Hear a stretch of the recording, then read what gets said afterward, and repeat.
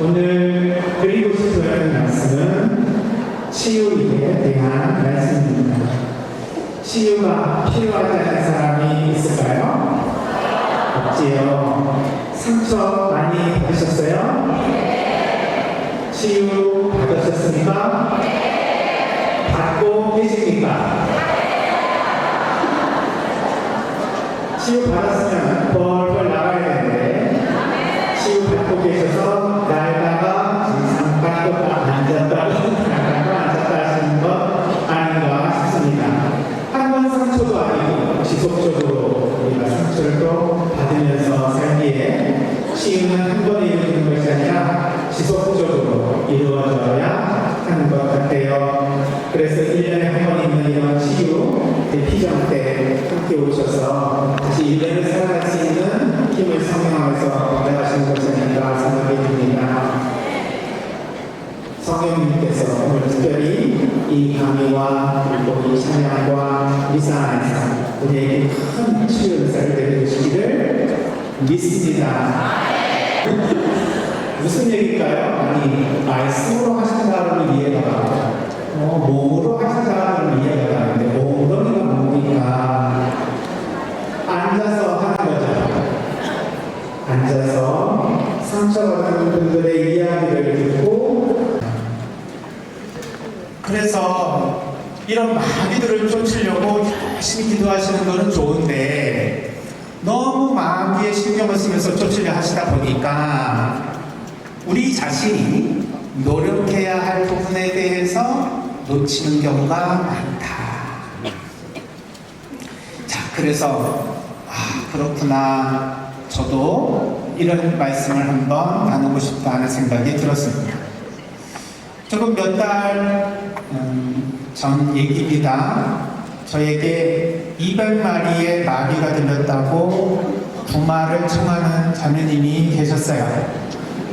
혹시 여기에 오셨는지도 모르겠습니다. 그런데 누군지는 제가 말 안 했고 살아가는 의미가 이것이 아닐까? 또 건강을 주신다면 더 많이 이런 사역을 하라고 기회를 주시기 위한 것이 아닐까? 라는 생각에서 개인적인 건강에 대한 불안이나 아니면 앞일에 대한 걱정이나 이런 것을 다 온전히 맡길 수 있도록 은총을 또한 주시는 것에 대해서 감사를 드려요. 이러한 이야기들을 듣고 나면 우리 신자분들에게 조금 나누고 싶다 하는 생각들이 울씬 납니다. 그런 상담의 이야기를 우리 공개적으로 이야기할 수는 없잖아요. 그래서 각색을 해서 이렇게 소설처럼 얘기를 하면 좋지요. 누군지는 모르지만 우리 주변에 있을 법한 얘기들이니까. 그래서 오늘은 이렇게 하느님 앞에서 어떤 사례를 한번 나눌까요? 이렇게 생각을 했는데 어젯밤에 서울 대교구 성령주식 기도회에 강의를 다녀왔는데요.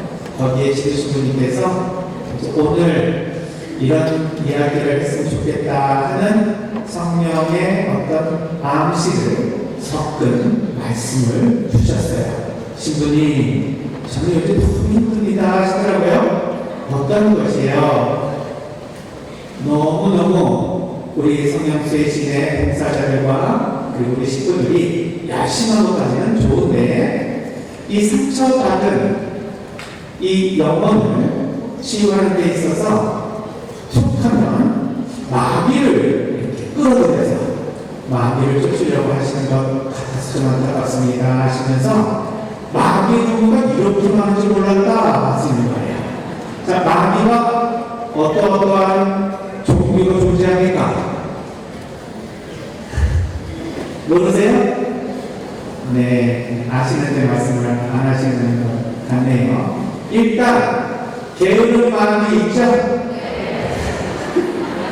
장마귀는요, 분노마귀, 질투마귀, 시기심마귀, 잘난 척마귀, 교만마귀. 아이고, 갖다 붙여도 다음부터 떠오르는 마귀들이 존재합니다. 그래서 이런 마귀들을 쫓으려고 열심히 기도하시는 것은 좋은데 너무 마귀의 신경을 쓰면서 쫓으려 하시다 보니까 우리 자신이 노력해야 할 부분에 대해서 놓치는 경우가 많다. 자, 그래서 그렇구나. 저도 이런 말씀을 한번 나누고 싶다는 생각이 들었습니다. 조금 몇 달 전 얘기입니다. 저에게 200마리의 마리가 들렸다고 부마를 청하는 자매님이 계셨어요. 혹시 여기 오셨는지도 모르겠어요. 그런데 누군지는 제가 말 안 했고 제가 말하는 것도 누구라고 알 수 없으니까 혹시 오셨으면 용서해 주시고 제가 이런 얘기를 해도 그게 나에게 대한 이야기뿐만 아니라 모든 사람에 대한 얘기구나 라고 생각하고 들어주시면 감사하겠습니다. 어떻게 200마리가 그런지 아셨어요? 목사님이 알려주셨습니다. 목사님도 어떻게 하셨을까요? 기도하니 한 마리, 두 마리 세다 보니까 200마리까지 세셨습니다. 그러면 목사님께서 그 마귀를 쫓아주셨나요? 못 쫓아주셨습니다. 왜 그러신가요? 너무 세가지고 안 나가는. 그래서 이 마귀를 쫓아내려면 본인이 몇 개월에 걸쳐서 하루에 한 6시간 정도에 해당하는 기도를 매일매일 정성스럽게 바쳐야 한다. 그 뒤에 다시 오면 쫓아낼 수 있을 것 같다. 그러니 마귀를 쫓아내기 위해서 마귀 들린 분이 기도를 열심히 준비를 하셔야 된다는 얘기죠. 그래야 부마 예식도 가능하다는 말씀을 주신 것 같아요. 그런데 그렇게 하면 되는데 왜 저를 찾아오십니까? 기도가 너무 힘들어요. 제가 언뜻 들어도 마귀가 그냥 그 기도를 들으면은 자체적으로 도망갈 만큼의 기도 분량이 이거를 하려고 하니 일상도 살아야 되고 일도 해야 되는데 기도만 하고 있을 수가 없는 거예요. 그래서 기도 좀 안 하고 200마리 좀 쫓아주셨으면 좋겠어요. 이렇게 말씀하십니다. 그런데 제가 마귀 쫓는 사제인가요? 쫓으면 쫓죠. 그런데 우리 가톨릭 교회는 구마 예식을 구마 사제에게 임명을 하고요. 교구의 책임자 예식 교구장의 허락을 받아서 구마 예식을 공식적으로 해야 합니다. 사실은 그런데 혹시 우리의 기도회 안에서 구마 예식을 이제 약식으로 하시는 형제님, 자매님들도 있을 거라고 봐요. 그래서 이 말씀 드린다는 것이 참 부담스럽기도 하고 또 어떤 면에서는 조심스럽습니다. 그래도 이 사제의 말씀을 잘 이해해 주시고 공동체 유익을 위해서 하시는 이야기구나 하고 좀 긍정적으로 생각해 주시면 감사하겠습니다. 실제로 마귀가 들리는 현상은 존재합니다. 그래서 교황청에서도 이런 부마에 대해서는 아주 신중하고 그리고 조심스럽게 접근을 하고 있어요. 오늘날 귀신이 어딨냐, 악령이 어딨나 하지만 존재합니다. 그런데 흔히 우리가 살아가면서 체험할 수 있는 그런 흔한 증상이라기보다는 굉장히 드문 증상이긴 하죠. 예를 들면 공식적인 로마 교황청의 부마 사제들의 부마 스토리들을 이렇게 보면 교황청으로부터 올라온 부마 부마에 대한 요청이 한 100건 있으면 그 중에 두세 건이 실제로 부마에 대한 케이스고 나머지 97, 98개의 케이스들은 정신의학적으로 심리학적으로 현대과학으로 치유를 할 수 있는 또는 설명이 되는 증상으로 이야기합니다. 그러니까 우리가 살아가면서 체험하는 신령한 현상들 또는 알 수 없는 고통들, 우리가 영적인 것으로 이해할 수밖에 없는 여러 가지 증상들도 조심하게 그리고 참 신중하게 식별해야 합니다. 무조건 조금 졸린다고 자꾸 잠마비가 들었다고 하시면 위험합니다. 내가 자꾸 화가 나는데 멈출 수 없어요. 그런 분노마비가 들어왔다고 하시면 안 되겠죠. 물론 잘 압니다. 그렇게 말해서 유쾌하게 조금 접근하고 또 진짜로 무슨 분노마비가 있겠어요? 우리가 마비를 주는 그러한 예식을 통해서 다시 한번 하나님께 더 가까이 가기 위해서 이러한 어떤 의탁의 기도에 하나 그 생각을 할 수 있겠죠. 그렇지만 이러한 일들이 잘 일어나면 우리 영혼에는 그렇게 좋은 결과가 이어지지 않는 경우들이 있습니다. 이 며칠 전에 어떤 신부님께서 8살 여자 어린이인데 아버지가 부마 예식을 받으러 간다는 얘기를 듣고 깜짝 놀라서 아니 8살 자기가 정말 악령이 들었으니까 했더니 성령 세미나를 갔는데 거기에 회장님이 이 아이가 마비가 들었으니 쫓아야 한다고 말씀을 하셨대요. 그래서 거기에 가서 부마의 의식을 받으려고 합니다. 이런 얘기를 들었습니다. 그래서 조금 더 자세히 면담을 해보고 살펴봐달라고 말씀을 드렸는데 결과로 보면 현대의 정신의학과 심리학적인 방식으로 설명이 되는 증상이에요. 아이가 어느 순간 갑자기 발작을 하고 또 순간적으로 갑자기 정신이 나는 것 같은 그런 해리 증상들을 보일 때 마비가 들어갔다라고만 말할 수 없습니다. 이런 증상들은 우리가 충분히 정신의학적으로 설명이 되는 것이죠. 물론 아닐 수도 있죠. 그렇지만 이 식별의 여러 가지 기준을 놓고 보면 그렇게 말하기가 어렵습니다. 그러면 부마보다 뭐가 더 필요할까요? 아이에게 치료가 필요할 수 있습니다. 또한 이 아이들이 그런 증상을 얻게 되면 보통 조현병이나 이러한 해리 증상이나 PTSD, 일상 스트레스 장애, 또 급성 스트레스성 장애 같은 이러한 정신적인 문제들은 청소년 시기 정도 됐을 때 발현될 가능성이 높으니 6살, 7살, 8살 아이들이 그런 증상을 보인다는 것은 가정에 엄마 아빠와의 관계에서 정서적인 문제가 개입될 가능성들이 상당히 많아요. 만약에 집안에서 두려운 가정, 불안한 마음, 엄마 아빠가 헤어질까봐 너무너무 고통스럽게 걱정하는 아이가 있다면 여러 증상들로 자신의 이 고통이 신체화될 수가 있습니다.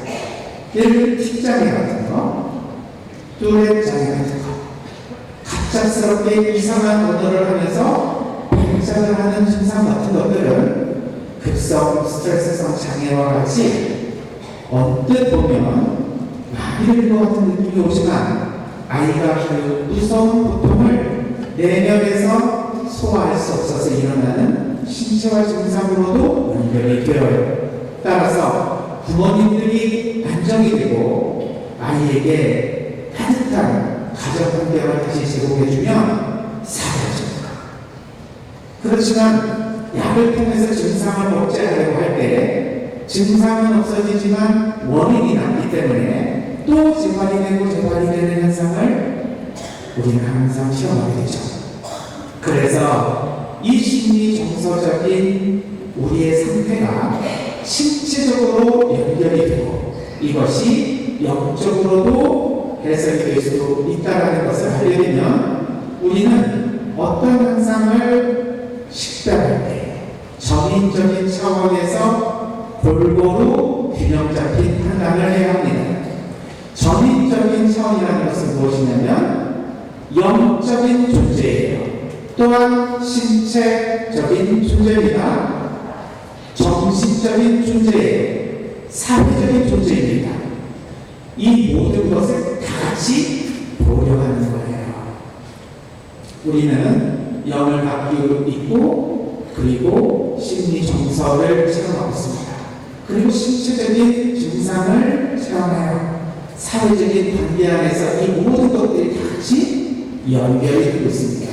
그래서 어느 한쪽에 문제가 생기면 나머지로 다 연결이 되는 거예요. 그래서 만약에 이 아이가 부모님이 서로 문제가 있다면 사랑하는 말이죠. 또 부모님과의 관계에서 문제가 있다면 일단 아이의 증상은 정서적인 안정이 이루어지지 않아서 이루어지는 신체적인 증상으로 일단 보고 가정의 평화, 부부 간의 애정에 다시 화해를 이루는 그리고 아이가 두려움의 원인을 치유받는 체험을 통해서 결과가 어떤지를 한번 확인하는 것이 부모의식을 하는 것보다 우선인 것이죠. 그러면 이 아이의 증상은 무엇을 말하는 건가요? 마음이 들렸다는 걸 말하는 것이 아니라 우리 가정이 화목했으면 좋겠다. 엄마 아빠가 화해했으면 좋겠다. 내가 안정적으로 사랑받았으면 좋겠다라고 하는 메시지가 이러한 증상으로 나타났을 거라고 생각해 볼 수가 있는 겁니다. 그러니 우리의 모든 현상들은 메시지입니다. 이거를 잘 알아듣는 것이 중요해요. 200마리 마비가 들어가신 이분을 그러면 한번 생각해 보겠습니다. 정말 마비가 들어갔을 수도 있죠. 그렇지만 이분이 만약 지금까지 살아온 역사가 심리 정서적인, 정신적인, 신체적인, 사회, 인간관계적인 이 모든 면에서 건강한가? 이거를 한번 전체적으로 확인해 볼 필요가 있는 거예요. 그래서 잘 들어봐야죠. 어떻게 사셨습니까? 어떤 경험을 하셨습니까? 이분은 어린 시절에 자신의 삶을 축복받지 못하고 살아온 경험이 있었어요. 어머니가 축복받지 못한 출산을 하고 싶지 않아서 아이를 지우려고 약도 드시고 계단에서도 부르시고 높은 데서도 뛰어내리시고 자기 배를 주먹으로 치시기도 하십니다. 그 아이가 엄마의 태중 안에서 얼마나 불안하고 두려웠겠습니까? 우리는 태아들이 아직 태어나지 않았으니까 정신이 없을 거다, 못 느낄 거다라고 생각을 하는데 그렇습니까? 그렇지 않다는 것을 경험을 통해서 알고 있는데 과학자들도 증명을 해 보았습니다. 예를 들면 태아의 이제 다음 달에 출산 정도 되면 온전한 아이의 모습을 갖고 있겠죠. 자, 그런 아이에게 부모님이 오른쪽 엄마의 배에 손을 얹고 안수를 해주세요. 그러면 아이가 머리를 돌려서 엄마의 배 위에 엄마와 아빠의 손이 닿은 부분으로 머리를 갖다 댑니다. 얘가 어떻게 알아요? 태중에서 바깥의 엄마 아빠의 손길을 어떻게 하느냐 말이에요. 자, 이렇게 안수를 주니 아이가 머리를 돌려대다가 요 손을 어느 순간 되지 않고 안수를 안 줍니다. 물론 같은 시간대에 같은 엄마의 배에다가 안수를 했는데 요거를 딱 끊는 거예요. 그런데 아이가 안수를 안 하니까 머리를 안 돌려야죠. 그게 아니라 머리를 거기다 갖다 대는 거예요. 학습을 한 것 같아요. 그러면 아이가 안수를 실제로 받았는지 안 받았는지를 알까요? 모를까요? 이렇게 모르니까 알아야만 될 것 같죠? 아이가 알았다는 것을 마이크로 얘기를 해주나요? 어떻게 알 수 있을까요? 이 엄마의 뱃속에 어떤 호르몬과 어떤 상태가 되는지에 대해서 그 전해질 수준을 처음부터 과학적으로 분석을 해봅니다. 아이가 일단 머리를 감다댔는데 엄마 아빠의 손이 안 닿아 있는 것을 단 것처럼 발삐질을 합니다. 그러면 너무너무 깜짝 놀라는 거예요. 아이가 왜 안수 안 해주냐고 투정 부리는 것 같은 느낌이 드는 거예요. 그리고 아이의 몸에서 엄마와 연결되어 있는 이러한 장소 안에 스트레스 호르몬 지수가 높아집니다. 그러니까 이런 것을 보면서 태아는 이미 모든 것을 다 알고 느끼고 있다는 것을 우리가 경험으로 이해하고 있는 것이 과학적으로도 드러나고 있다. 참으로 놀라운 사실이죠. 그러니 엄마 태중에서부터 저주를 받으면서 축복받지 못한 이 아이가 태어났으면 그 다음엔 어땠을까요?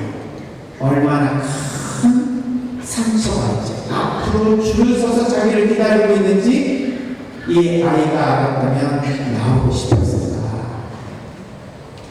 축복받지 못했으니 어머니로부터 큰 상처를 받게 됩니다. 너 때문에 내가 이러이러하던 축복받지 못한 네가 이렇게 우리 가정에 태어나서 우리가 이렇게 힘들다. 모든 것이 자기 탓이에요. 그리고 태어나지 말아야 될 아이가 태어났다고 저주를 받습니다. 이렇게 어린 시절부터 자기가 태어났을 때 정말 왜 어머니가 나를 낳으셨을까? 그리고 하느님은 왜 나를 이 세상에 태어나게 하셨을까? 이러한 고통 속에 유년 시절, 소녀 시절, 청소년 시절, 청년 시절을 살아오니 온 신체가 다 망가지고 그리고 자기의 정신 상태는 완전히 보통 사람이 상상할 수 없는 지옥 같은 삶을 살게 되는 거예요. 왜 이렇게 내가 힘든지 내가 축복받지 못해서 그렇구나라는 정도는 알았지만 도대체 그게 나의 이러한 신체로 고통으로 오는구나까지는 이해를 한다 하더라도 점점 더 이상한 현상을 겪게 됩니다. 내가 만나는 사람은 전부 이상한 사람들만 만나요. 아까 전인적인 차원이라고 말씀을 드렸죠. 우리의 신체적인, 정신적인, 정서적인, 그리고 우리의 영적인 것 말고 사회관계적인 차원에서의 우리 인간의 요소가 있는 거예요.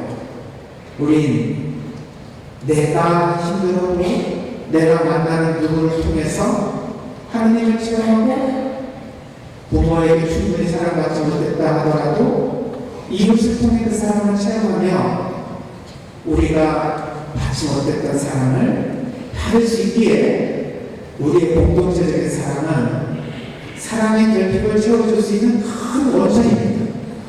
그래서 이렇게 고통을 받았다 하더라도 주변 사람들로부터 사랑을 받게 되면 조금씩 치유될 거예요. 그런데 만나는 사람마다 자기를 비난하고 욕을 하고 괴로워지고 상처를 줍니다. 우리 부모님은 그렇다 하시더라도 어떻게 내가 만나는 사람마다 나에게 이런 이상한 일을 하게 되는지 이제 나이가 중년으로 갑니다. 중년으로 가서 일을 하는데 손님을 많이 만나는 직업에 있어요. 근데 손님을 맞을 때마다 이상한 손님들이 들어옵니다. 이상한 손님은 무슨 손님이라고 합니까? 진상 손님이에요. 그죠? 아침부터 저녁까지 진상 손님만 만나요. 신부님, 이럴 수가 있습니까? 제가요, 옆에 같이 일하는 동료한테 너도 그러니? 하고 물어요. 그러면 언니 참 이상하네. 어떻게? 나는 여태까지 그런 거 한 번도 만나보지 않는데 어떻게 그런 사람들만 골라서 만나요?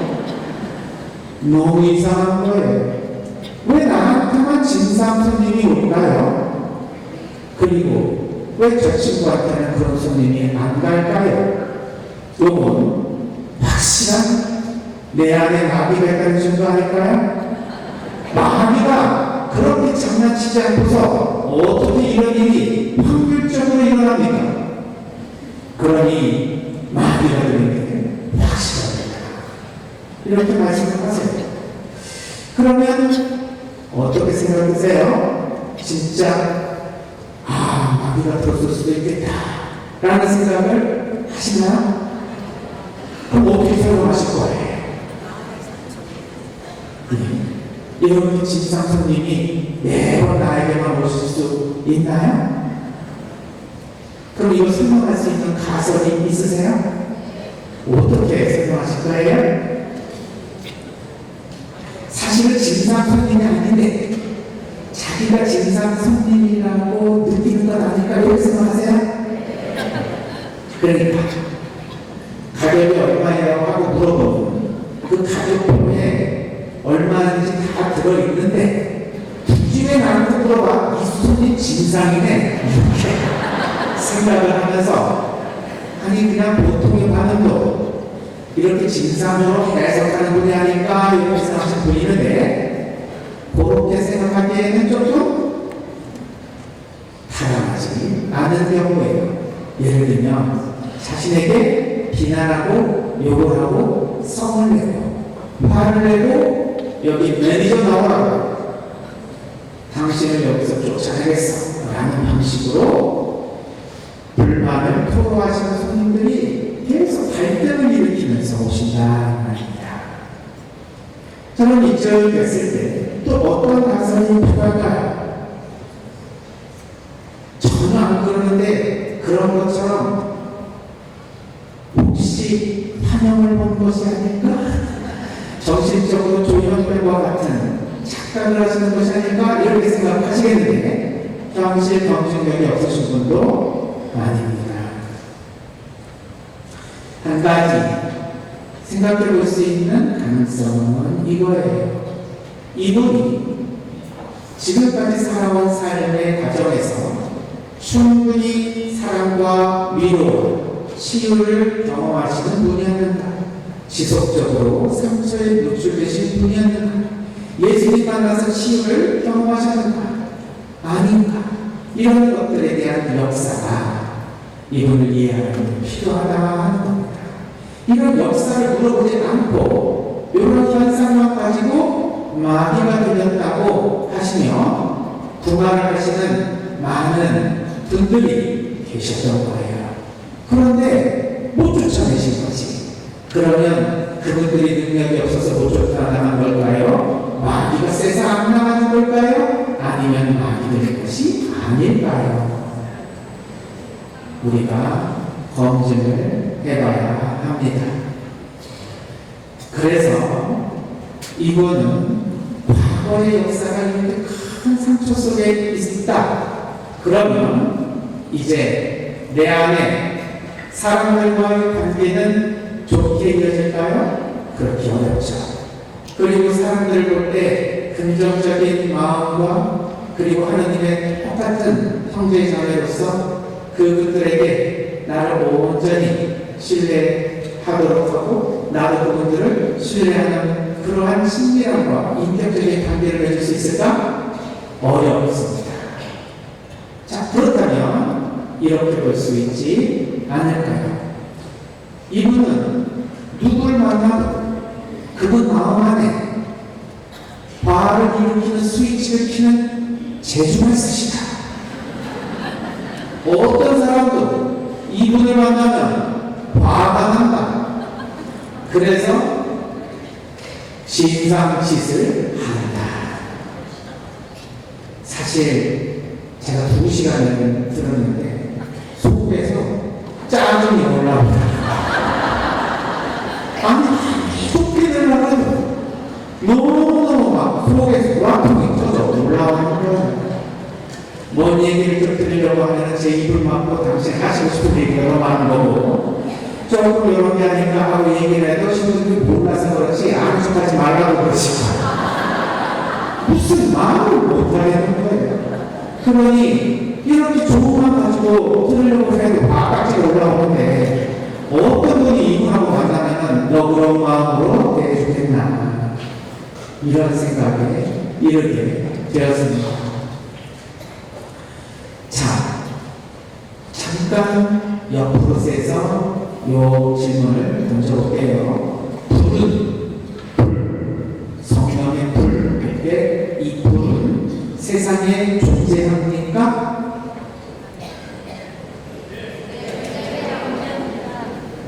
불이 존재하나요?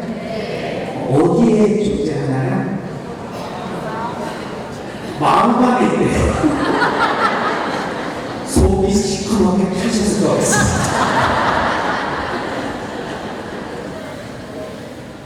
불은 존재하는데 어디에 있으니까 하면 말할 수 없어요. 불 안에 있는 거죠. 근데 불 안에 어디냐고 갑자기 어디 있지? 근데 뉴스에서 어디서 불 안에 저기 있네. 요걸 해야 되지. 불 안에 데가 어디에 항상 있습니까? 불안감 아니지. 그러면 잠깐 생겼다 없어진 거는 존재하는 거예요? 아니에요? 이상하죠? 그 존재라고 하는 것에 대해서 정의를 해야 되지 않겠습니까? 존재는 항상 정체성을 가지고 계속해서 실제할 때 존재한다고 말한다면 성령께서는 우리를 통해서 당신을 계시하시죠. 하나님의 모상과 일치한 예수님, 필리포가 예수님 하나님 좀 보게 해주세요. 그러니 예수님 뭐라 하십니까? 필리포야, 나를 보면 하나님을 보는 것이다. 왜 또 보여달라고 하느냐? 그러면 사람들은 예수님 어디 계시는지 보여주고 믿을게 이러면 뭐라고 하셔야 돼요? 나를 보면 예수님을 볼 것이다. 뭘 그 예수님을 보여달라고 하느냐? 자, 요렇게 말씀을 해주실 정도는 되죠? 그럼 어떻게 됩니까? 일치를 하고 계셔야죠. 예수님은 하나님과 일치하셨기 때문에 그 말씀하셨잖아요. 그럼 우리도 예수님과 일치하면 우리는 우리의 말과 행동과 사랑하는 예수님을 뵐 겁니다. 그럼 예수님은 누구를 통해 당신을 드러내시고 싶을까요? 우리를 통해서. 당신의 한 사랑과 위로와 치유의 은사를 누구를 통해서 주실까요? 우리를 통해서 주십니다. 그런데 주님, 저 불쌍한 영혼에게 치유 은사를 허락하십시오 하고 자기는 안 만나 기도해요. 안 된다.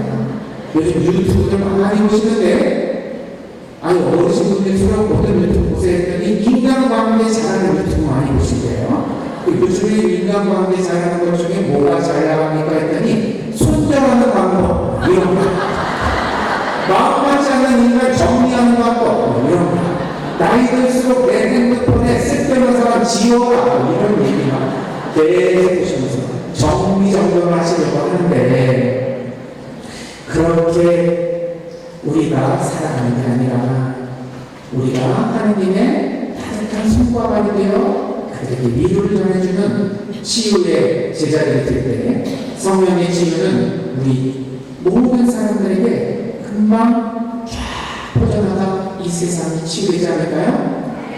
그래서 내가 상처받다는 것을 인정하고 그리고 내가 상처받았으니 도와주세요 상대에게 요청하셔야 됩니다. 이때는 자랑하고 남 앞에 좋은 것만 보여주려고 하면 우리의 본성을 이기셔야 돼요. 내 약점, 단점, 사도 바울처럼 난 예수 그리스도의 영광을 위해서 내 자신의 약점을 자랑하겠습니다. 자랑을 껴서 약점을 자랑합니다. 내 약점을 자랑한다는 건 뭡니까? 상대에게 도움을 청한다는 것입니다. 그래서 어려울수록, 관계가 안 좋을수록, 그리고 서로 갈등할수록 나 좀 도와주십시오. 진심 어린 마음으로 상대의 선한 의지에 우리가 도움을 청하면 하나님의 무상으로 태어난 우리들의 이 선의 스위치가 켜집니다. 아무리 나쁜 사람도 신기하게 선의 스위치가 켜져요. 제가 중학교 1학년 때 삼촌이 주신 세이프 시계를 아끼고 손목에 차고 다니면 다른다고 가방에 갖고 다니다가 학교 뒤편에 불량배를 만나가지고 뺏겼어요. 그 불량배가 딱 너 가지고 있어 없어? 없는데요. 뒤져서 나오면 죽어. 왜 그러세요? 진짜 없었거든요. 돈 없었으니까. 아 근데 시계가 있는 걸 잊어먹었어요. 가방 뒤지니까 시계가 나오면 그래, 너 이거 뭐야? 거기 삼촌이 주신 시계예요? 너 이거 왜 있다고 말하겠어? 몰랐는데. 그랬더니 거짓말했다고 뚜들겨 팬다고 하더라고요. 대체 그때 안 맞았어요. 어떻게 안 맞았을까요? 저 근데요, 제가 이때까지 한 번도 그 시계를 차본 적이 없는데 정말 삼촌이 선물해준 그 시계를 물론 삼촌이 차고 이제 시계 바꿀 때 준 헌 시계였지만 이거 있잖아요. 그래서 그거를 가지고 다니면서 차는 것도 아까워서 갖고 다니다가 잊어먹었어요. 그런데 삼촌이 주신 선물이니 그것 좀 가져가지 마시고 제가 내일 올 때 돈 좀 갖고 올 테니까 그걸로 좀 평가하시면 안 되겠습니까? 그랬더니 요거 봐라 맹랑하라 하면서 이거 빼려고 하는데 옆에 있는 친구가 야야야야 쟤 좀 착하게 생겼으니까 내가 놔둬라 그래가지고 살았어.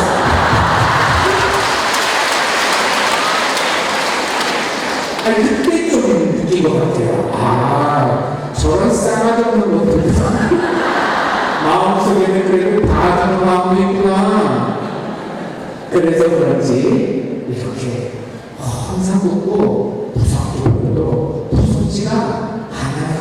왜? 다 상처받고 그리고 힘든 삶 살면서 오직 고통받았으면 저렇게 인상이 험악해졌을까 하면서 위로를 해주고 싶은 마음을 갖게 해주십니다. 성령의 은사 아니겠습니까? 이제 치유는 우리 모두가 하나님의 요청을 받아 서로가 서로에게 사랑으로 해주실 수 있었으면 좋겠습니다.